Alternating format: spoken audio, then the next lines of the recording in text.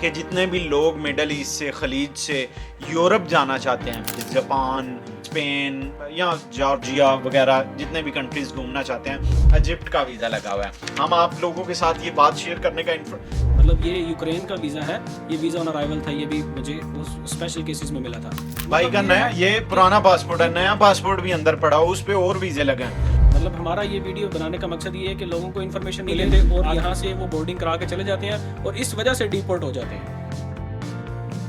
बिस्मिल्लाहिर्रहमानिर्रहीम, अस्सलाम वालेकुम दोस्तों, सुफियान असलम सियाना आपके साथ एक नई वीडियो में हाजिर खिदमत है। दोस्तों, जैसा कि हमेशा से मैं आप लोगों के साथ ऐसी इन्फॉर्मेशन मिडल ईस्ट के बारे में शेयर करता हूँ जो बहुत ज़्यादा इन्फॉर्मेटिव और प्रोडक्टिव और बहुत यूज़फुल होती है आप लोगों के साथ। तो दोस्तों, आज हम एक ऐसी सीरीज़ शुरू करने जा रहे हैं जो कि जिसमें ऐसी चीज़ें होंगी जो कि हर सऊदीया ख़ास तौर आने वाले का ख्वाब है, ना कि सऊदी अरब बल्कि मिडल ईस्ट के अंदर जितने भी खलीज ममालिक हैं वहाँ पर रहने वालों के लिए ये आज की जो वीडियो है वो बहुत ज़्यादा इंफॉर्मेटिव होने वाली है। वो वीडियो का टॉपिक क्या है कि जितने भी लोग मिडल ईस्ट से, खलीज से यूरोप जाना चाहते हैं वो किस तरीके से बगैर एजेंट के, बगैर किसी की हेल्प लेते हुए वो किस तरीके से यूरोप या किसी भी दूसरे कंट्री यहाँ से जाना चाह रहे हैं। वेस्टर्न कंट्रीज़, जापान, स्पेन या जॉर्जिया वगैरह जितने भी कंट्रीज़ घूमना चाहते हैं, हमारे साथ इरफान साहब इसके एक्सपर्ट ट्रैवल एंड टूरिज़म के मौजूद हैं जिन्होंने मल्टीपल कंट्रीज़ में विज़िट किया है। ये आज हमें बताएंगे एप्लीकेशन कैसे फ़िल की जाती है, एप्लीकेशन का क्राइटेरिया क्या है, कौन कौन से कंट्रीज़ किस तरीके से विज़िट किए जाने चाहिए, किन चीज़ों का ख्याल रखना चाहिए कि जो वीज़ा ऑफिसर है वो आपका वीज़ा रिजेक्ट ना करे। और ख़ास तौर पर आज, क्योंकि ये एक पूरी सीरीज़ होगी, तो आज हम बात करेंगे जॉर्जिया के हवाले से। जॉर्जिया के अंदर बहुत ज़्यादा लोग सऊदी अरब से, दुबई से, कतर से, जितने भी हमारे एशियंस लोग इंडिया पाकिस्तान से आए हुए हैं वो जॉर्जिया में अक्सर विज़िट करने के लिए जाते हैं। तो दोस्तों, आज की जो वीडियो होगी वो जॉर्जिया के हवाले से है। और अगर अभी तक आपने हमारा चैनल सब्सक्राइब नहीं किया तो बराए मेहरबानी हमारे चैनल को सब्सक्राइब करें और हमें सपोर्ट करें ताकि हम आप लोगों के लिए ऐसी अच्छी अच्छी इन्फॉर्मेशन लेकर आएँ। तो डायरेक्टली बात करते हैं इरफान भाई से। अस्सलाम वालेकुम for coming with us on our podcast. तो बहुत शुक्रिया। हमें सबसे पहले तो अपने बारे में थोड़ा सा अपना इंट्रोडक्शन दे दें कि आप कब से सऊदी अरब में हैं और क्या आपका एक्सपोजर है सऊदी अरब के अंदर, क्या एक्सपीरियंस है, थोड़ा सा हमें लाइट सा बताएं कितने अरसे से क्या एजुकेशन है। जी, बिस्मिल्लाहिर्रहमानिर्रहीम। मेरा नाम मोहम्मद इरफान है जी। मैं 2012 से सऊदी अरब में रह रहा हूँ, तो मैंने तकरीबन सऊदी अरब सारे का सारा विज़िट कर लिया है। अभी बेसिकली मैं रियाज़ में हूँ, इससे पहले मैं अल्जोफ में था, हायल, गुरियात और बहुत सारी जो नॉर्दर्न सिटीज़ हैं उन सब में मैं काम करके तो अभी तकरीबन पिछले 1 साल से रियाज़ में सेटल्ड हूँ।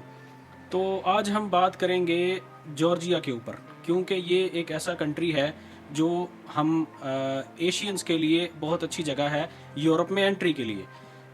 ये ईस्टर्न यूरोप है। इसका एक बॉर्डर आर्मीनिया के साथ लगता है, एक बॉर्डर इसका अज़रबैजान के साथ लगता है, एक बॉर्डर इसका तुर्की के साथ लगता है और एक बॉर्डर इसका रशिया के साथ लगता है। और एक साइड पे इसको ब्लैक सी टच करता है जो आपको दूसरी तरफ यूरोप में बल्गारिया और दूसरे जो ईस्टर्न यूरोप कंट्रीज़ हैं उनके साथ मिलाता है। अच्छा, ये रेड सी अलग है और ब्लैक सी एक अलग है। हाँ जी, ब्लैक सी अलग है। ये जैसे आपने सुना होगा वो गाना भी के साथ समुंदर पार में तेरे पीछे पीछे आ गई। तो ये काफ़ी सारे समंदर हैं, अल्लाह ताला ने इतनी हसीन दुनिया बनाई है, उसमें बहुत सारे छोटे बड़े समुंदर बनाए हैं जिसमें डेड सी है, उसके बाद आपके पास रेड सी है, ब्लैक सी है और बहुत सारे हैं। ठीक है, नाइस नाइस। तो चलें वापस टॉपिक पे आते हैं। तो जॉर्जिया के हवाले से ये तो आपने हमें पूरा नक्शा हमारे सामने रख दिया है। तो इसके अलावा जो लोग विज़िट करना चाहते हैं या जॉर्जिया की पहले लाइफ के बारे में बताएं, जॉर्जिया क्यों जाना ज़रूरी है ये बता दें हमें। देखें, जॉर्जिया जो है वो इस वक्त बड़ी हॉट लोकेशन है अज़रबैजान के बाद। अज़रबैजान अभी सेम समझ लें कि दुबई वाला जो सिस्टम है वो बना हुआ है। मतलब हर बंदा जो है वो इजी टू एक्सेस है और उसकी जो वैल्यू है वो अब कम होती जा रही है अज़रबैजान की।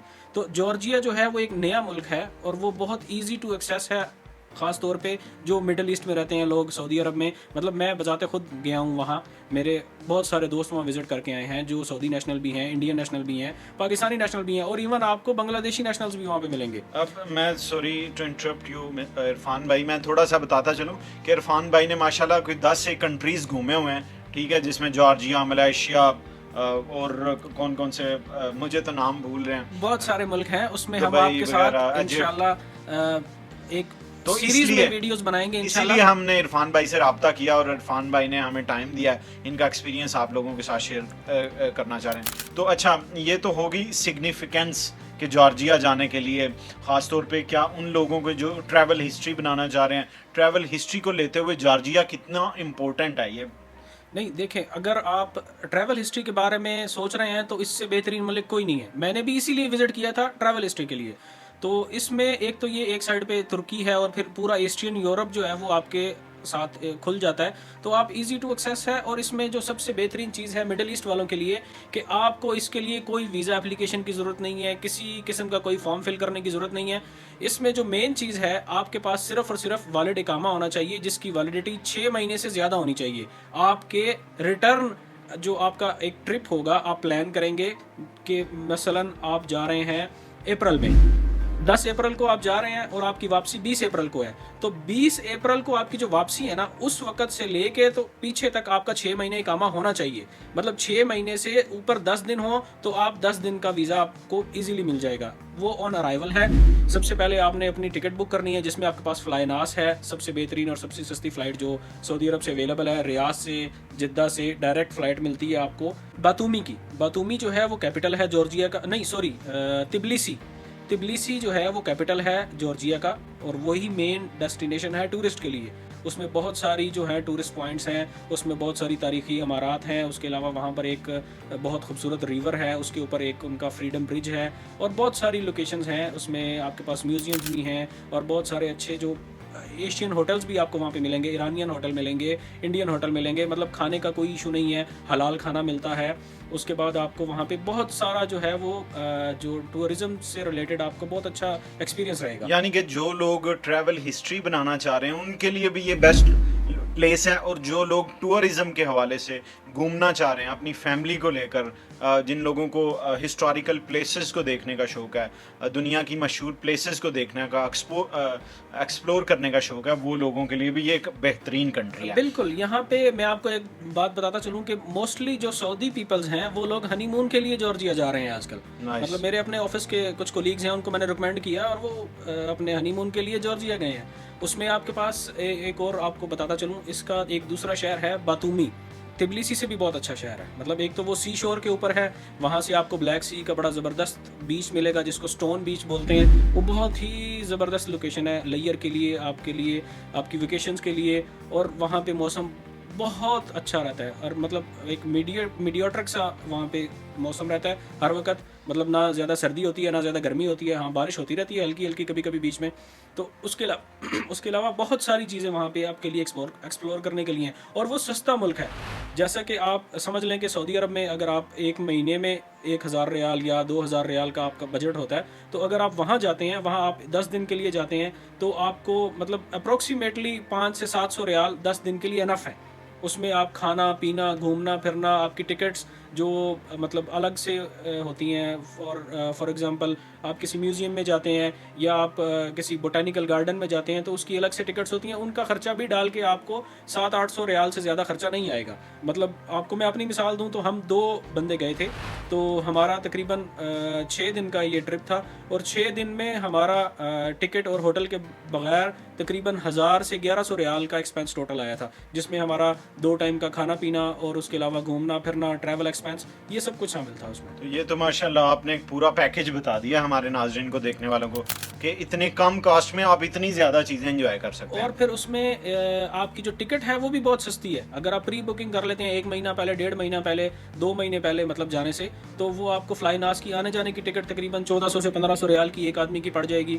और फिर वहाँ पे आपको वीज़ा ऑन अराइवल फ्री है। ये भी नहीं है कि आपको वहाँ उतर के कोई डॉलर्स देने हैं। कोई वीज़ा वगैरह अप्लाई करने की ज़रूरत नहीं है, वीज़ा अप्लाई कोई करने की बैंक ज़रूरत नहीं स्टेटमेंट की ज़रूरत नहीं, कोई बैंक स्टेटमेंट नहीं। सिर्फ आपके पास वो वहाँ पे चेक करते हैं 2 चीज़ें।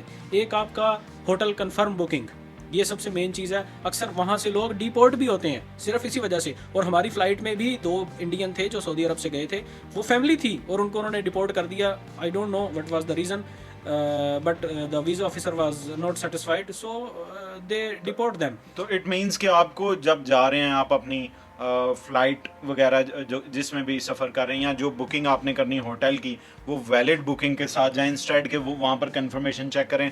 तो आप जब जा ही रहे हैं, आपको वीज़ा भी मिल रहा है, ऑन अराइवल है, तो मेरा ख्याल है इसमें आप बुकिंग अच्छी कर लें, अच्छे होटल की, और कंफर्म बुकिंग करें एज़ नहीं, पर। उसमें आप देखें कि अगर आप जा रहे हैं मिसाल के तौर पे 10 दिन के लिए या 5 दिन के लिए या 6 दिन के लिए या जितने भी दिन के लिए आप जा रहे हैं, अपना प्लान आप मतलब एक है कि आप अगर मैक्सिमम आपका जो सिर्फ फोकस है वो टूरिज्म के ऊपर है या सिर्फ ट्रैवल हिस्ट्री के ऊपर है, तो आप 7 से 8 दिन का अपना ट्रिप रखें। उससे ज़्यादा आदमी बोर हो जाता है। मतलब हमने 6 दिन का ट्रिप था हमारा, हम चौथे दिन बस हो गई थी हमारी, हमने कहा कि बस अब जो है ना हो गया। उसके बाद एक दिन हम सोए रहे हैं, उसके बाद हम लोग अपनी वापसी की राह। अच्छा, आप वेदर की बात कर रहे थे कि बड़ा सस्टेनेबल वेदर है, ना ज़्यादा गर्मी है ना ज़्यादा सर्दी है। तो फॉर एग्जांपल अगर हम जून जुलाई में जाते हैं जब गर्मी की पीक होती है, तो तब उस वक्त वहाँ पे कैसा मौसम है और वहाँ पे नेचर कैसी है? नेचुरल कंट्री है ज़्यादा, जैसे अगर हम सऊदी अरब की बात करें डेजर्ट बहुत ज़्यादा है, ग्रीनरी कम है? उसमें मैं आपको गाइड करता जाता हूँ कि मैं जो गया था वो जून जुलाई में गया था, और उस वक्त आपको पता है यहाँ पे गर्मी जो होती है वो पूरे पीक पे होती है। जून जुलाई में वहाँ पे मौसम ऐसा था कि आपको रात को कोई जैकेट या कोई अपर या कोई इस तरह की चीज़ पहन के बाहर निकलना पड़ता है। मतलब बहुत अच्छा। और सर्दियों में मसलन अभी आप समझें कि अक्टूबर नवंबर में बर्फबारी शुरू हो जाएगी जो जनवरी फरवरी तक चलेगी, और वो पूरे मुल्क में बर्फबारी होती है। मतलब वो बड़ा अच्छा एक तो इट मींस कि आप किसी भी वीकेंड पे जब आप यहाँ पे गर्मी से थके हुए हों तो एक दिन की साथ छुट्टी मिलाएं, तो 3 दिन के लिए अपनी फैमिली के लिए के साथ टूर लगा के वापस जबरदस्त एक रिफ्रेशमेंट हो जाएगी, आपका माइंड फ्रेश हो जाएगा। ज़रा मैं एक छोटी सी क्विक चीज़ नाजरीन को दिखाना चाहता हूँ पासपोर्ट के हवाले से। ये भाई का पासपोर्ट है, ये भी मैंने इनसे बड़ी खुसूसी इजाज़त ली है कि भाई ज़रा नाजरीन को दिखा दें एक नज़र हल्की सी कि हमारे पास कितने कितने वीज़ाज लगे हुए हैं। जी ये देखें, ये किस कंट्री का है? इजिप्ट का वीज़ा लगा हुआ है। हम आप लोगों के साथ ये बात शेयर करने का मकसद ये है कि हम आपके साथ ऑथेंटिक लोग शेयर कर रहे हैं, ऑथेंटिक इन्फॉर्मेशन शेयर कर रहे हैं। ये दौलतुल अमारातुल अरबिया यूएई की है, किंगडम ऑफ थाईलैंड की है। फिर उसके बाद आप, ये पाकिस्तानी पासपोर्ट है, मतलब ये यूक्रेन का वीज़ा है, ये वीज़ा ऑन अराइवल था, ये भी मुझे उस स्पेशल केसेस में मिला था। तो उसके बाद ये ट्यूनिस का वीज़ा है, ये भी एक बड़ा अच्छा अरब मुल्क है, जज़ायर के साथ लगता है, बड़ा ज़बरदस्त है, यहाँ पर भी जाएँ आप। फिर उसके बाद आप देखें तो ये पाकिस्तान का और यहाँ के नॉर्दर्न एरियाज़ का बॉर्डर है। फिर उसके बाद ये इजिप्ट का मेरा दूसरा टूर था। फिर इसी तरह आगे चलते जाएँ तो ये मेरा मलेशिया का है। तो भाई का नया, ये पुराना पासपोर्ट है, नया पासपोर्ट भी अंदर पड़ा हो, उस पे और वीज़े लगे हैं, तो वीज़ों की भरमार है। तो हमने इसीलिए इरफान भाई से बोला कि क्यों ना हमारे नाजरीन जो यहाँ से यूरोप, या हम यूरोप की तरफ भी दूसरा चैप्टर जो शुरू करेंगे इंशाल्लाह वीडियोस का, वो यूरोप की तरफ का शुरू करेंगे। और इन सारे में हमें ये बता दें यार कि हम तो लाखों रुपया लेकर घूम रहे होते हैं हमारे एशियन लोग, जो मैं मेन बात को कंक्लूड करना चाह रहा हूँ आखिर पे, कि हमारा वीज़ा लगवा दें। लोग एजेंट पैसे खा रहे होते हैं, लोग आ रहे होते हैं यार उसने फलाने इतने पैसे खा लिए लेकिन वीज़ा नहीं लगा। वीज़ा लगने और ना लगने के किसी भी कंट्री में, या हम अगर इसी कंट्री की बात कर लें जो हम अभी फ़िलहाल बात कर रहे हैं, अगर यहीं का लोग, कुछ मैंने देखा कि अगर ऑन अराइवल भी है फिर भी लोग एजेंटों के पास जा रहे हैं। बिल्कुल, उसमें ऐसे है कि लोगों के पास इन्फॉर्मेशन नहीं है। मतलब हमारा ये वीडियो बनाने का मकसद ये है कि लोगों को इन्फॉर्मेशन मिले, आगाही हो, ताकि वो लोग गलत लोगों के हाथों में ना जाएं। मतलब एक चीज़ आपके पास गूगल है, आप सर्च करें, वो आपको सारी इन्फॉर्मेशन देता है, लेकिन कुछ लोगों की साइकी ऐसी होती है कि वो लुटना चाहते हैं एजेंटों के हाथों, जिसकी वजह से वो लुटते हैं और फिर वो बाद में कहते हैं कि यार हम अब क्या करें। तो सिंपल सा तरीका है, मतलब और बहुत सारी यूरोप की कंट्रियां ऐसी हैं जिनका मतलब सेम शेंजियन वीज़े वाला हिसाब नहीं है।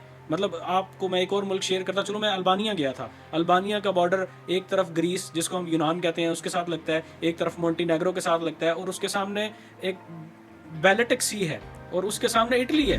मतलब वहां से, मतलब ये बात करनी तो नहीं चाहिए लेकिन वहां से लोग आगे डंकी लगा के इटली भी जाते हैं, यूनान भी जाते हैं। मतलब बहुत सारे रास्ते, लोगों के एक्शंस हैं, हम इसमें कुछ नहीं कहते, ये सिर्फ वो बता रहे हैं कि लोग क्या करते हैं, लेकिन हम ये बिल्कुल रिकमेंड नहीं करते आपको डंकी वगैरह। एनीहो, अल्बानिया की जो हिस्ट्री है मैं आपसे इस पे टोटल पूरी वीडियो बनाऊंगा और लोगों को स्पेसिफिकली हम इस पे गाइड करेंगे। अभी जॉर्जिया के हवाले से फाइनल कोई बात, कोई फाइनल शेयर करें, फाइनल इन्फॉर्मेशन, ताकि हम दोस्तों से फिर इजाजत चाहें। और फिंगर टिप पे हमें रिक्वायरमेंट्स बता दें, नंबर 1 2 3 4। जी चले, सबसे पहले तो आपका जो इकामा है, मतलब उसमें आप चाहे यूएई के रेजिडेंस हैं, चाहे कुवैत, कतर, ओमान, मस्कत, उर्दन, कहीं भी आप किसी भी मिडल ईस्टर्न कंट्री में रहते हैं, और आपकी नेशनलिटी चाहे इंडियन है, बांग्लादेश है, फिलीपींस है, वट एवर योर नेशनलिटी, आपके पास इकामा आपके ट्रिप के अलावा 6 महीने बाकी होना चाहिए।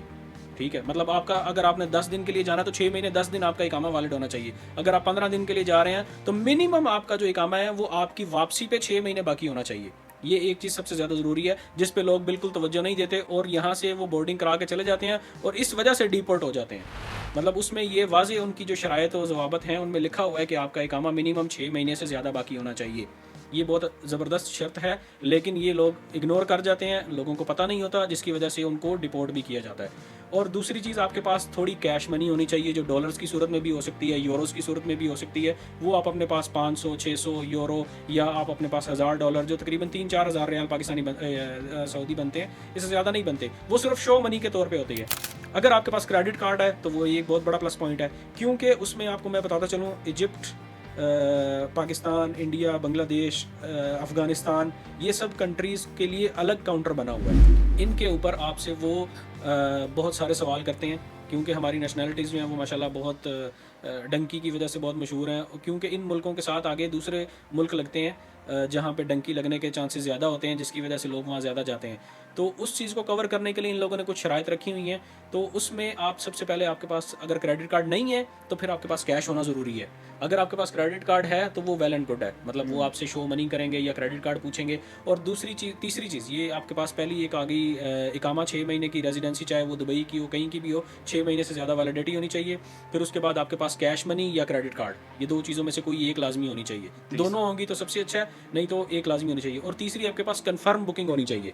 कन्फर्म बुकिंग के लिए आप होटल बुकिंग booking.com से आप कर सकते हैं, और सस्ती होती है, मतलब कोई महंगी नहीं है। अब आपको 100 रियाल में एक दिन के लिए 2 बंदों की बेहतरीन बुकिंग मिल जाती है सिंगल रूम के साथ। आप booking.com पे जाएं, तिबलिसी शेयर करें आप, उसमें आपको बिल्कुल जो टूरिस्ट एरिया है उसमें हम लोग रहे थे, तो हमें तकरीबन 110 रियाल में हमें वो एक रूम मिला था अटैच बाथ, और तकरीबन बहुत बेहतरीन मतलब जगह थी वो। तो इसी रेट में आपको कन्फर्म बुकिंग पेड, सिर्फ कंफर्म नहीं, मतलब अक्सर होता है लोग सिर्फ क्रेडिट कार्ड की डिटेल डाल के तो बुक कर लेते हैं, लेकिन वो पेड नहीं होती। पेड 100% आपको चांसेस मिल जाते हैं कि ये बंदा कंफर्म है, इसने वापस आना है। और फिर तीसरी और चौथी चीज़ जो सबसे ज़्यादा ज़रूरी है वो आपकी return ticket, confirm paid return ticket, ये होनी चाहिए आपके पास। इसके अलावा और कोई चौथी पांचवी चीज़ नहीं है, सिर्फ ये आपके पास 4 चीज़ें। एक और चीज़, सॉरी मैं भूल गया था, ट्रैवल इंश्योरेंस आपके पास ज़रूरी होनी चाहिए। हाँ, ट्रैवल इंश्योरेंस जो सबसे ज़्यादा मैटर, जितने दिन रहना है उतने दिन की। अभी मैंने रिसेंटली एक ट्रैवल इंश्योरेंस किया, आपको पता है मैं फिलहाल रिवील नहीं करना चाह रहा।